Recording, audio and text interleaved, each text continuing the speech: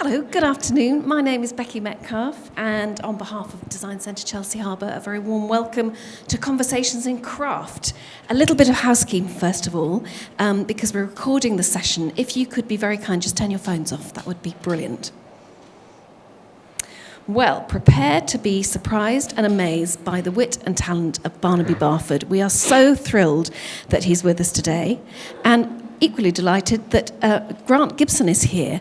He's a writer. You probably know him from his brilliant podcast, Material Matters. I think we should give both of them a very warm welcome.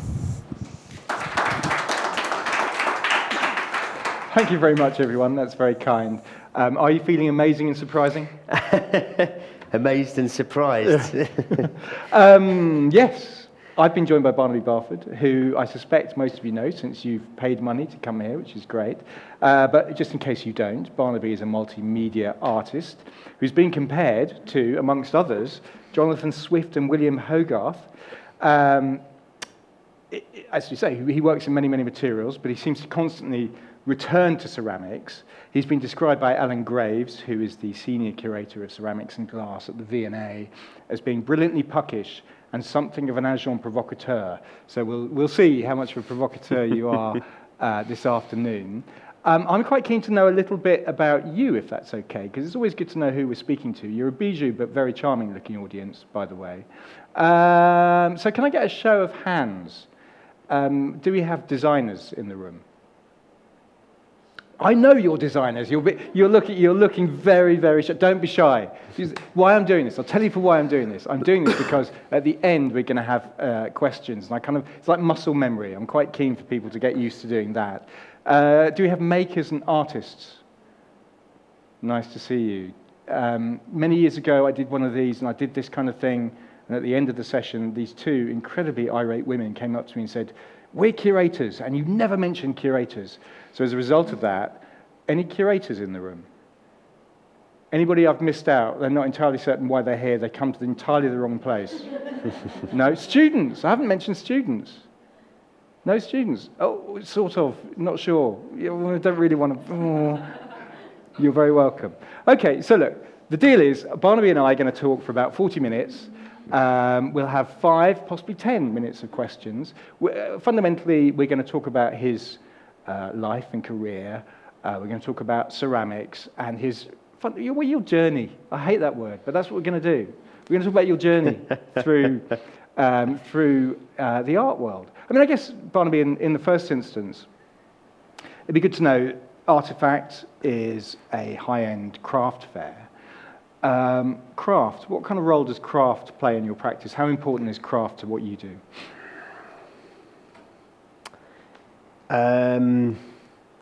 Well, sort of crafts involved.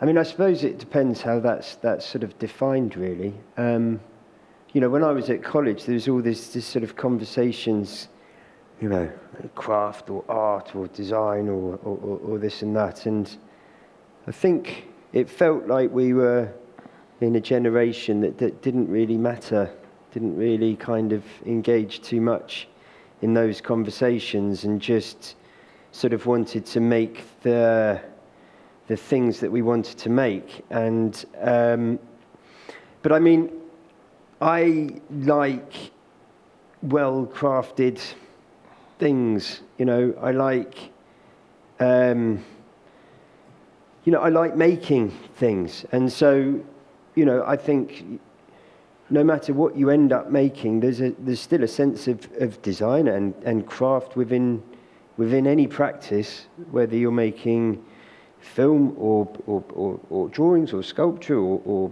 installations, because they're the decisions that you make.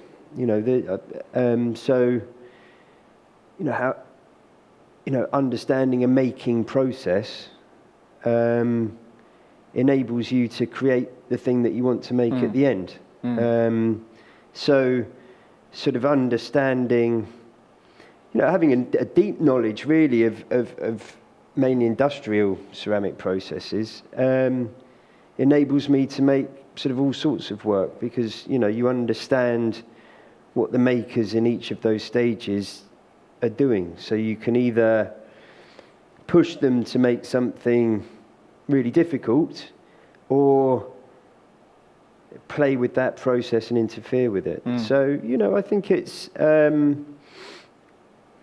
like I say, it really depends how it's defined, but I sort of think of craft as sort of making. And it's an integral role, even if I use, fabricators or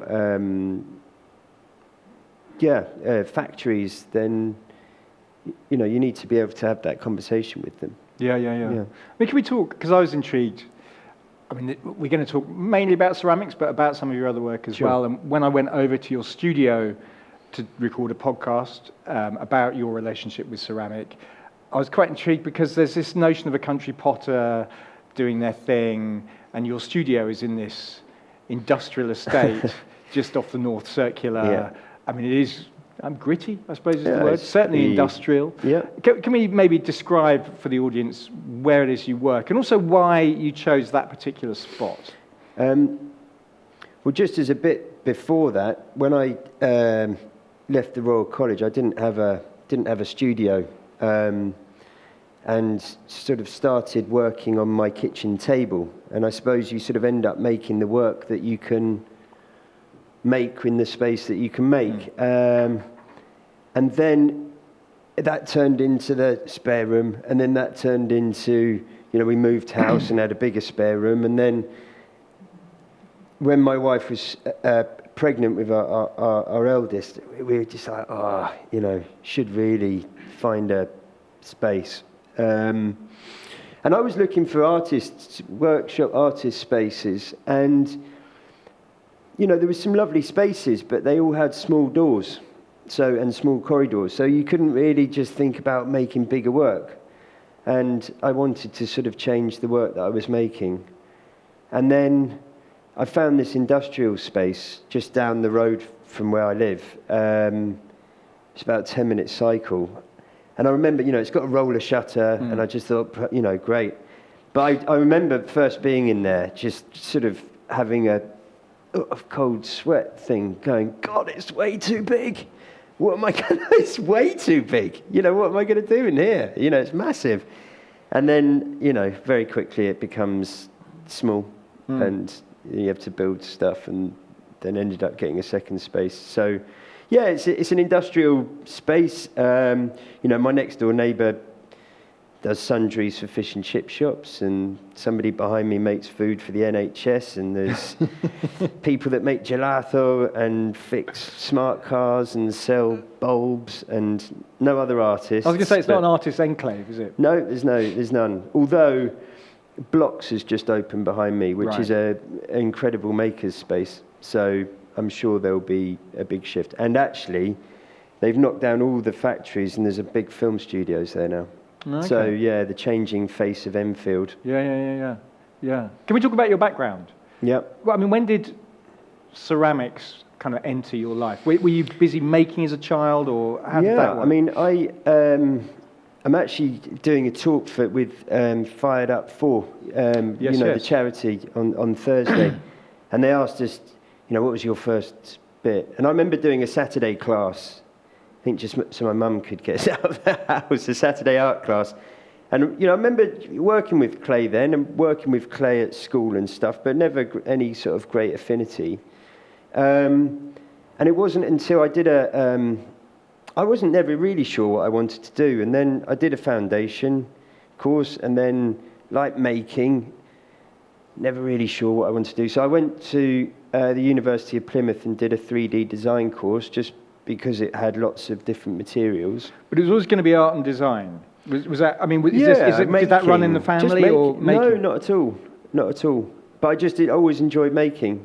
Always enjoyed drawing and making, and then one of the earliest projects we did was a slip casting project, where you make a model and then make a mould in plaster, and then you fill that up with slip, and then you pour the slip out after about 20 minutes, and you get left with a shell of the object that you've made. And I still remember opening the mould, and it was just I suppose it's just this real eureka moment of like, wow, I can just make any shape I want as many times as I want. And so, yeah, from that point on, I just sort of carried on doing sort of industrial, slip casting, really. And then I went to Italy to do the Erasmus exchange thing, and carried on doing it there. And then I just saw everybody working with computers out there, and I just thought, oh, yeah, maybe I should buy a computer. And so came back and bought a computer and just started playing with 3D programs and making animations. And I was going to ask, because you were quite early adopter of rapid prototyping, right? yeah, really early. Yeah. Really, really early. It was really, really expensive. Yeah, sure. How were you affording that? How did that work? The college paid for it. That's good. Yeah. And I just thought, which interestingly, because it was expensive, I remember having conversations like, well, I'll make a big thing out of the same thing repeated, even at college. So you think you've kind of gone on this journey, but you haven't at all. Because at that point, I think it was the late 90s. Yeah. I mean, I remember the first time I saw rapid prototyping was stuff Ron Arad was doing. Yeah, which yeah, would have it was been about the same time. Yeah, I was going to say, were you looking at other people using Yeah, the I mean, he was technology? the only person. We were sort of doing it about the same time. And then I went to the Royal College thinking, oh, I'm going to do that and explore that. And then I didn't. I'm just going to take you back, because from Plymouth, you were doing this rapid prototyping, and was the Royal College always the obvious next step? Were you always going to go there? I don't know. I thought I was just going to go, because I met my wife in Italy in Erasmus, so I just thought I'd move over there. And then I just sort of got to the point where I felt like I'd just started, really, rather than finished. And it was something that I wanted to explore more, so I just applied. I didn't really think I was going to get in, but I just applied and sort of wanted to continue the sort of never any goal really, just to sort of, which is a shame. I think education's changed quite a bit now. It was sort of learning for learning's sake, really, which is very fortunate. But you applied to ceramics and glass rather than design. You'd honed in on a specialisation by that point. Yeah. And then I think being there really opened my eyes to the possibilities of what one could do. I think I was a bit naive before I was there. So, and it was a great course in a way. Then I mean, there was people doing, Keith Harrison was in the same year. So, there's everything from kind of SMAD installation right through to industrial design. Have you guys come across Keith Harrison's work? Yeah, one or two. I mean, he does extraordinary driving ceramic cars or clay cars off enormous ramps. What was he doing at the Royal College? He was making things out of Egyptian paste, but firing them with electrical elements. So shortly afterwards he did that Last Supper at the V&A, where he kind of cast the insides of ovens and fired them in the Raphael room, which was quite unbelievable. So I mean, it was a really it really sort of opened my eyes to the potential. And I suppose there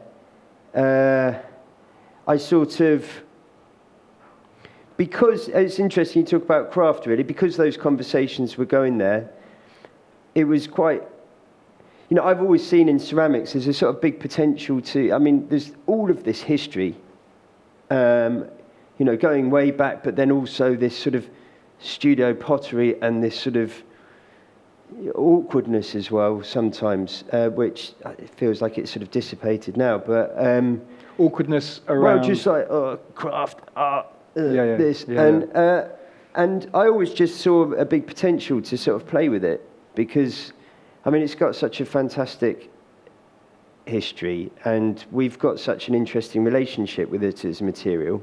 We decorate our houses with it, we eat off it, we go to the loo on it. It's this thing that's very delicate, but we're also it's very everyday.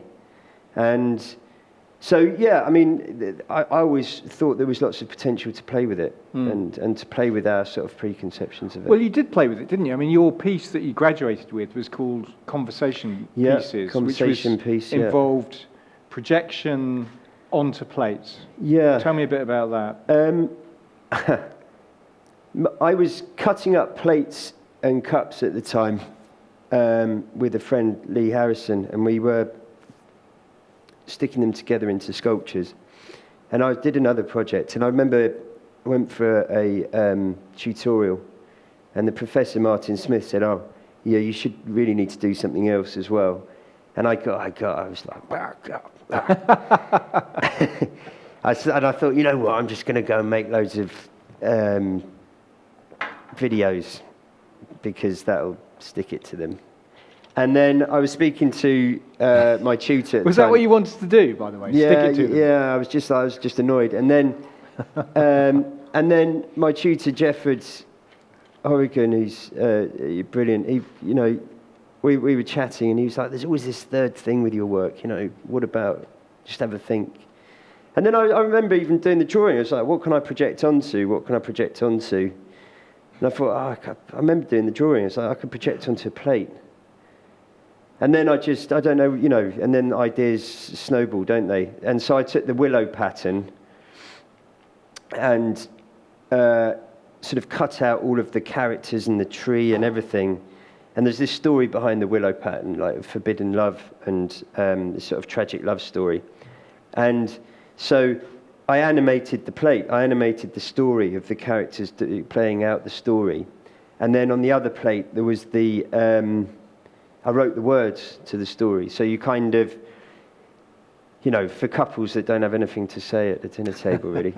So you read this love story to each other, really.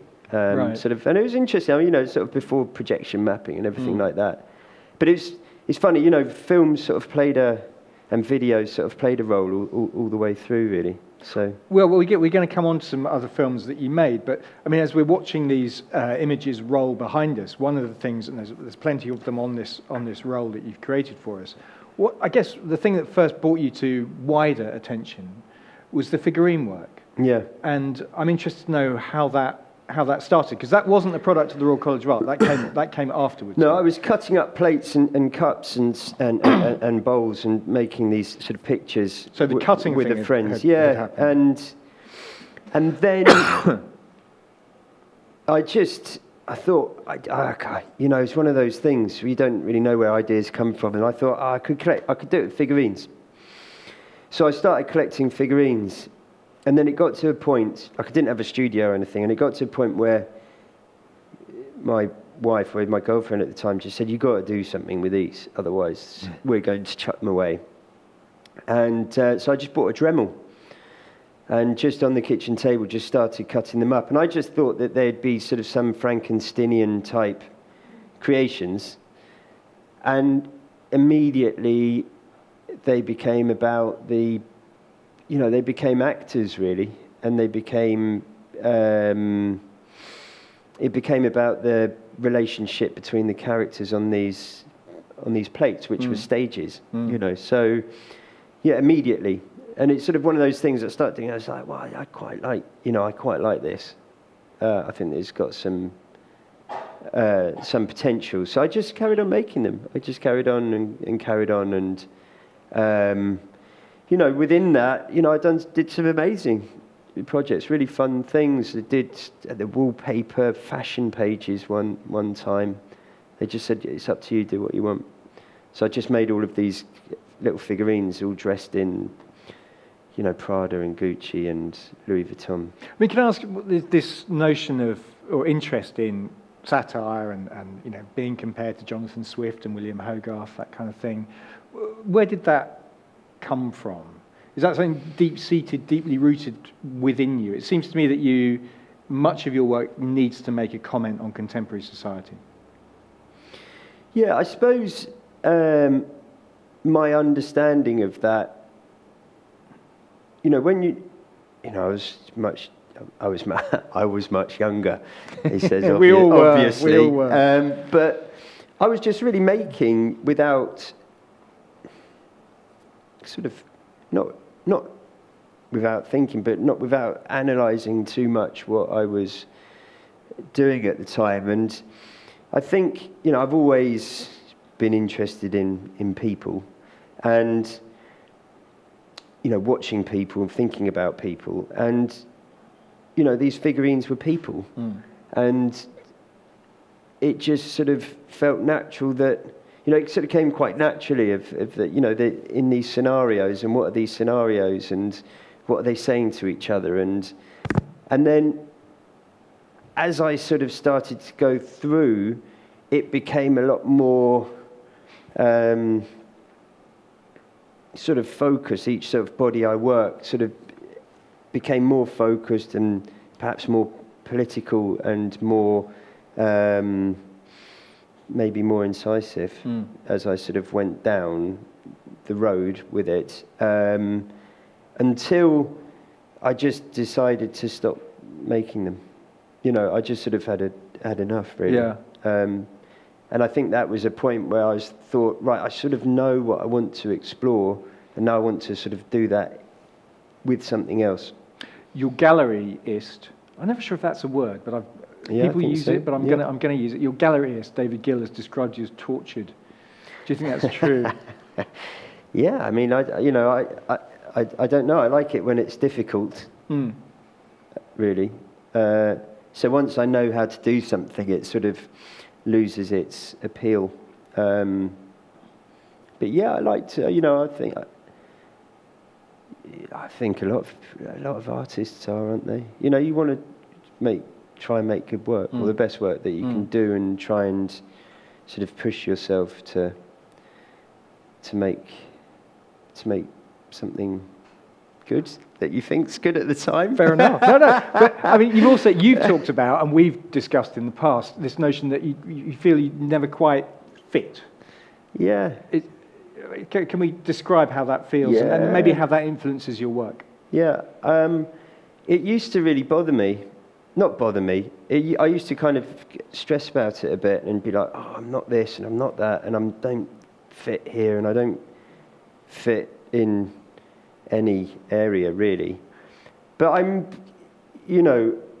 think now, especially with the advent of Instagram and this sort of stuff, you look around and there's so many artists.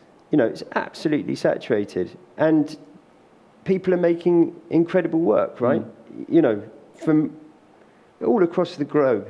Really great work. And so I just sort of am really grateful and happy that I'm sort of making work, and I've sort of really come to, I'm lucky enough to do something that I enjoy.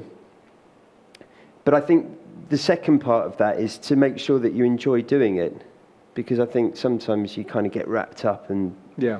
And I think over the last, I don't know how many years, I've just started really enjoying making work and really just making the work that I want to make without worrying where it fits, or and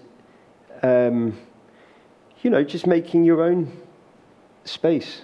But really. Also, I mean, I'd suggest some quite brave decisions, because you did the figurine work for what, nearly a decade, I guess. Yeah, nearly. And it's what you were known for, and then you'd made a film with Channel 4 using figurines. that was. I mean, making that film with Animate Projects made me carry on doing the figurines for a bit more, because it sort of.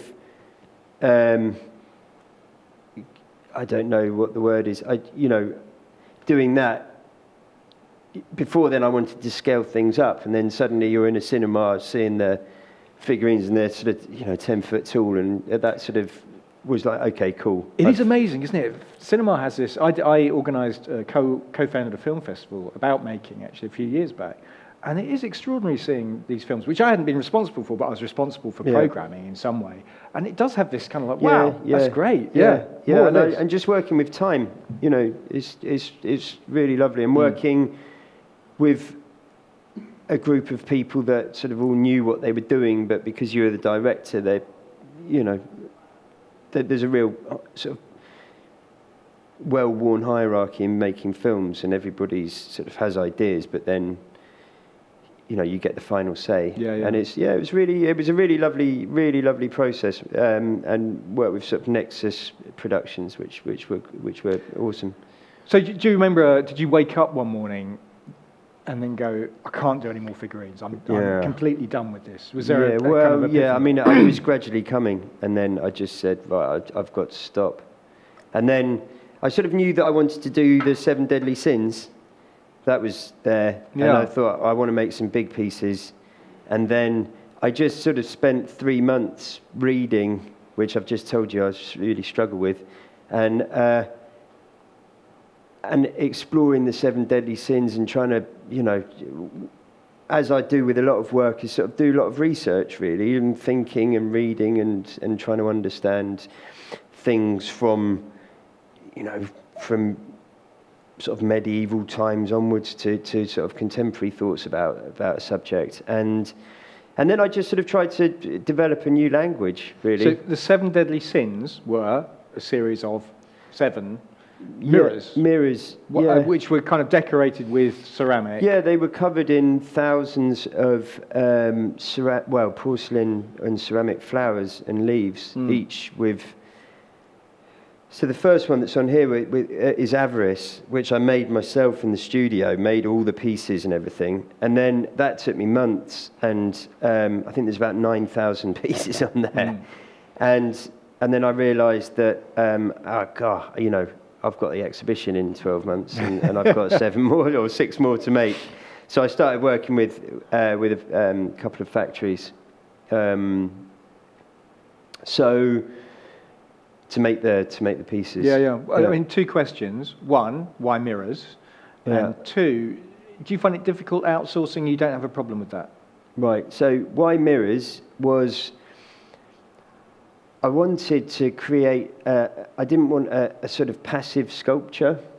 So the mirror, I've used mirrors even with the figurines and stuff. That you can't really look at it without you being in it. So you're an active sort of participant, which sort of goes through a lot of my work. Whether you think about the Tower of Babel, where you had the opportunity to buy a piece, so you're an active, you're sort of activating the installation or the sculpture, and the same with the apple tree, picking an apple off it. In terms of outsourcing, no, I'm pragmatic, really. If I don't want to be a factory, and there's lots of people with skills that I work with thousands. These mirrors have got 5,000 pieces on them, and I don't want to. This was the one that I made. They made all the pieces, and again, torture. I mean, that nearly killed me. And then this is the rest of the piece. These are the rest of the pieces. So. It was great. I mean, it really,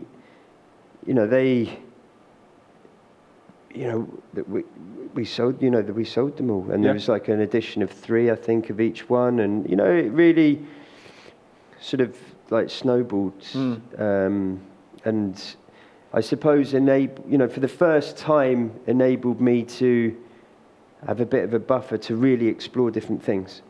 So not be like, I need to just make these. It was like, right, well, I can, which was a really, real privilege, really. It gave you time. Yeah, time. Yeah. And so with that time, and talking about collaboration, you worked with 1882 on the Tower of Babel, 2015. Did anybody see that at the V&A? Couple of nods. Oh, there's a hand up. Somebody's very enthusiastic. So Tower of Babel, it's enormous. It was sculpture. It was 6 meters. Yeah. And in the Medieval and Renaissance Gallery, and it was made from 3,000 bone china London shops. So I cycled about 1,000 miles around London photographing shop fronts. So why shops? I was quite interested in, it felt at the time that it was this sort of great British pastime, like the only hobby. And it felt, and I hate shopping, so I was sort of interested in in that. So, and then it became about so much more. I was thinking about, why we've become so complicit in that, and why we, things have sort of obviously changed since Well, they then. really have. I mean, it's almost like a massively. bit of a kind of last hurrah for the British high street in some ways. So all the shops at the bottom were closed. I mean, it looked like a big termite mound, which is sort of feels like London, really. And all the shops down at the bottom were closed down and derelict. And then you went to the chicken shops and the pound shops and the off licenses and everything, all the shops. And then you sort of worked your way up until you got to the sort of exclusive boutiques, galleries, and auction houses at the top. And each one was unique and each was for sale. So we built this massive sort of website as well, where you could explore on a map or type of shop or anything. And but the prices of the shops rose up. So they sort of started at, I think, about £90 and sort of finished at sort of £5,000 or £6,000 for the same, ultimately the same object, just what it represented. So it sort of made you... So it's about hierarchy and class, fundamentally. Yeah, which I've always been sort of interested in. It's the sort of bedrock... it's the bedrock of this country, and it continues to sort of be so, I suppose, doesn't it? It forced you to sort of confront where you fitted into this hierarchy, really. That's interesting. Where did you talk about not fitting? You've got a hierarchy. You've got a big mound. Of where did you fit?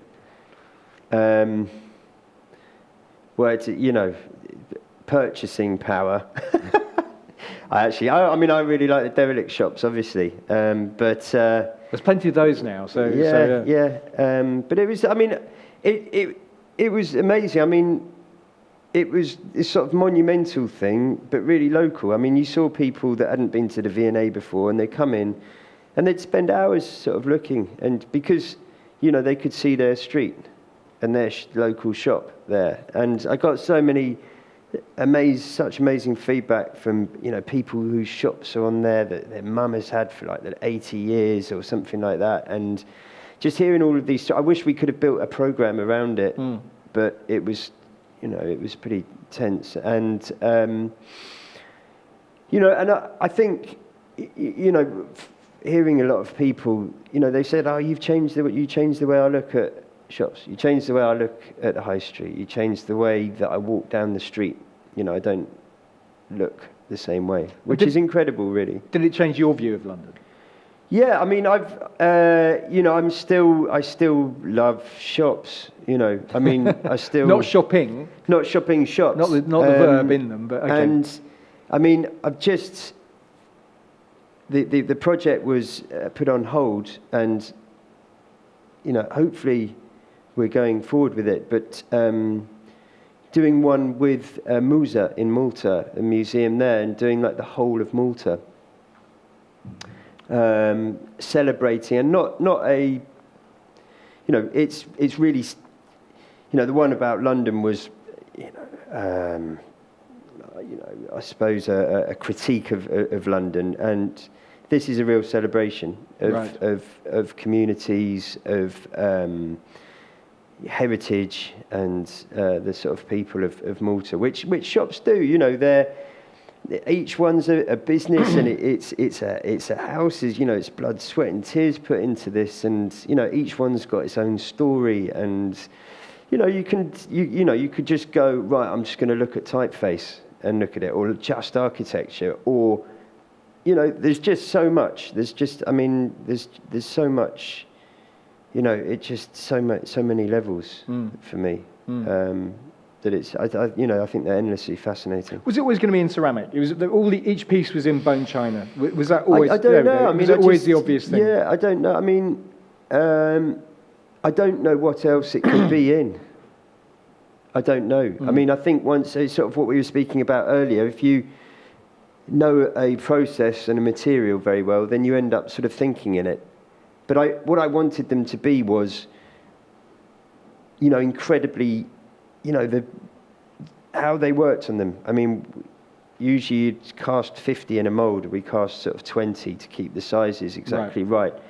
you know, the level that the 1882 went to them was incredible. And, you know, I wanted it to be, you know, it's one thing going, oh yeah, isn't it great? But then when it gets taken down and sent to you, you know, I wanted you to be like, you know, it's supposed talking about craft, right? You know, I just wanted you to be like, wow, you know, each one's really beautiful. And the fact that you could buy them was important. Yeah, I mean, I think it's, you know, it's an activation of the installation, but it's also, you know, it's a comment on what I was commenting about, really. And it was, you know, I think it, you know, it ended up being really good fun, and, you know, it made, you know, I think the V&A hold it up as a kind of landmark project really now, about sort of funding museums and stuff. So. And I mean, you followed that up. There's more ceramic. You followed that up with Me Want Now. Yeah. Which was, I think we've seen on the photographs, a group of animals queuing. Yeah. In a line. Yeah. So why those animals and why were they queuing? What was this saying to people? I was making the work during the Brexit referendum. Yeah, jolly good.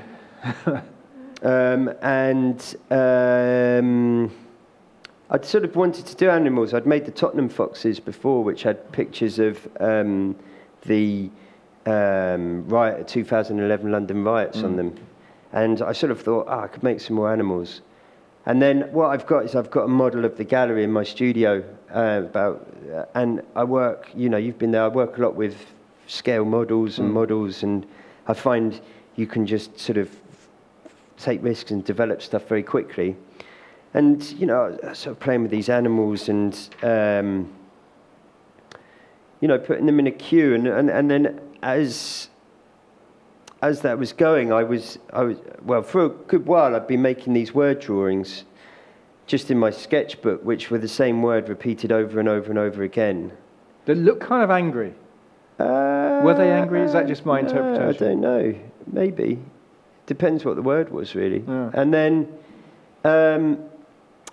then I ended up sort of scaling them up, and I tried to scale them up, writing small on a bigger bit of paper, and then I sort of scanned them in and just blew them up, and it was just like, wow, yeah, that's kind of really nice. So, you know, that they sort of ended up being, you know, these sort of positive words, really: hope, glory, change, choice, you know, more, which were these words which were sort of touted around by the sort of media and sort of social media and politicians during Brexit, but because they were repeated and repeated and repeated, you know, they became warped, and you know, they weren't these sort of positive meanings, and so they felt like these sort of voices on the wall, sort of shouting. And these animals, I suppose, you know, they could be animals, or they, you know, might represent us really, as sort of helpless, sort of waiting in a queue, not, you know, whilst other people sort of make the sort of decisions around you. So the type of animal, because you had like a baby elephant, there was a bear, there was yeah, a I mean, black they were all panther. hunted. They were all hunted animals. So, you know, that sort of became, you know, part of it. And the ceramics on the animals, the porcelain, they were had a sort of an amalgamation of all the word drawings on them too. So, and then you go from animals in a queue to this, I mean, fairly extraordinary, which is still going on, because you were showing me a book that's going to be published later in the year. Yeah. This obsession, fascination with the apple. Yeah. So, yeah. Did a show called More, which was all about the apple. Yeah. So why the apple, and how did you treat the apple? So I, again, you know, quite often I'll sort of start with thinking, well, what am I interested in? And start researching and reading and thinking about something. And I thought, you know, a lot of the work had sort of explored happiness in some sense. So happiness through consumption, or, you know, even 7 Deadly Sins sort of starts with a love of something, ends with an obsession. And then, you know, Me Want Now, you know, I was sort of thinking about, you know, the country seemed very angry and unhappy. And so I was sort of wondering about this sort of perceived lack of happiness. And so I did lots of reading and thinking about, happiness from, treating it as a subject. So from politics, economics, biology, religion, faith, and I sort of came to this conclusion that we have a sort of incessant need for more, to never be satisfied. And I wondered whether that was a sort of modern construct or whether it had always been there. And I suppose I sort of thought about the, I sort of tend to go back and have a look at, I'm not religious, but I, like sort of religious stories. And thought about Adam and Eve and their, they supposedly had everything, right? And but they were still tempted to want more. So I thought, I'll do an apple tree where you could pick an apple. And then I was working on what are these apples going to look like, what is going to be on them. And then as I was thinking about the apple, I just thought, well, yeah, apples. And it's Adam and Eve, and it's the Judgment of Paris, and it's Heracles, and it's Steve Jobs, and the Beatles, and Newton, and Snow White, and William Tell, and, the American frontier. And I just thought, oh, crikey, it's been a symbol of sin, redemption, immortality, death, poison. And I just thought, crikey, we know all of that, right? You know it all. But it was only when I started sort of putting it together that I just, it was sort of like opening a door onto a world that you sort of knew existed, but you didn't realise quite sort of how spectacular it was. So I just thought, wow, yeah, okay, I mean, I'm going to do stuff with the apple. Not apples, like the apple. The apple. Yeah. Yeah. And so, I started, I'm quite obsessive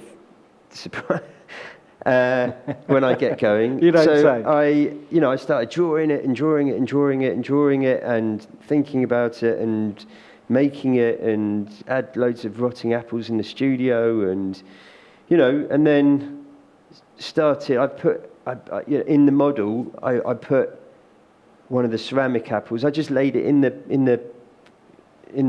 gallery, and I was like, oh, that looks really good, like this big apple. And then I just thought, well, okay, what's the big apple? What's it going to be?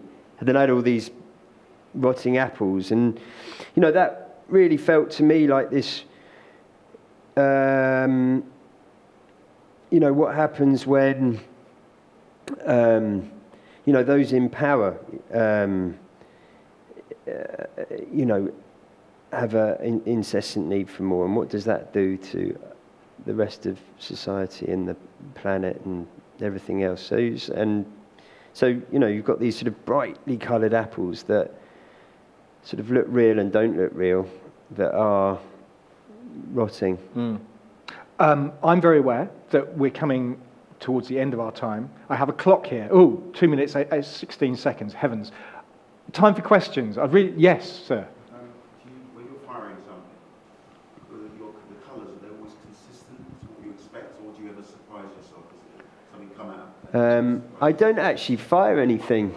No, so all the figurines are painted with enamel paint. So they were cut up and stuck on, and then I used to use epoxy putty on them and then paint them with enamel paints. And then the rest of the time I work with, anything that I need to sort of fire now, I work with factories. And so, yeah, I mean, I remember the first shops that came, Emily came to see me and she was really excited. She was like, oh, she does excitement. And she was like, oh, look, they're brilliant. And they were totally wrong. I mean, they were really faded and it wasn't right or anything. But it's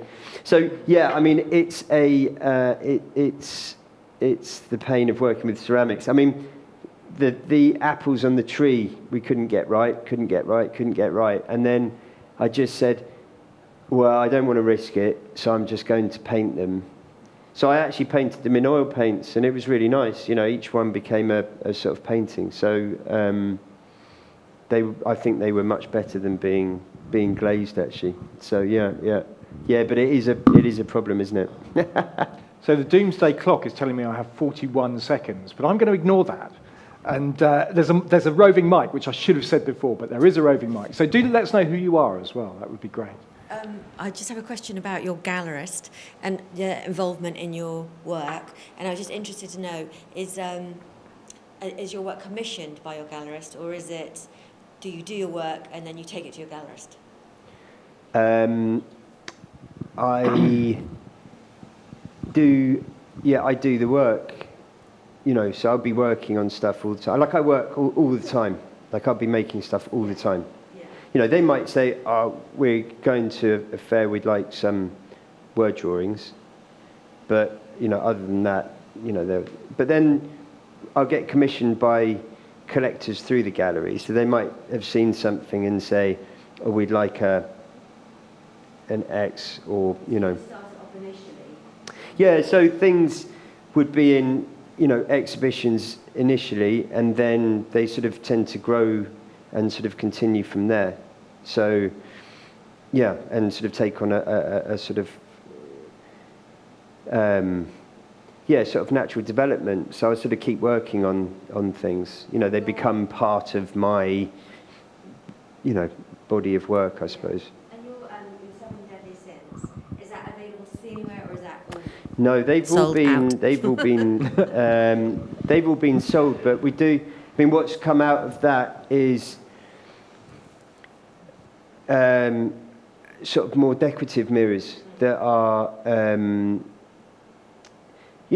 which I continue to make and do. So. Which make quite a few. So, which really helps. It's nice to have things that sort of, enable you to get on with other work, really. So, yeah, I mean, everything that I've made really sort of starts off as sort of my work, and then it sort of grows and continues, and So the apples, made one, and then. You sort of make another and another. So, but it's the same with all of those, really. I'm very aware that Barnaby's also got a talk to do after this. Another talk. Not too. So maybe one more question. Becky's handed the mic back. The mic is coming, and now she's dashing like a gazelle to get to you. Mine is a very technical thing, actually, about the green apple. How did you build it? So I. Is it kind of clay? No. Okay. But it looks like it is. Yeah. So I mean, it's the same with a lot of my work. When it's not ceramic, it sort of looks like it. So I was rotting down lots of apples in the studio, and then 3D scanned them in, and then using a really great program called ZBrush. It's like a sculpting 3D program, so you can really go in there with a pen and actually sculpt the objects. I sort of sculpt them in virtually, and then take those files, and they're CNC'd on a CNC lathe and a milling machine. And then sort of skinned in fiberglass, and sort of built up from there.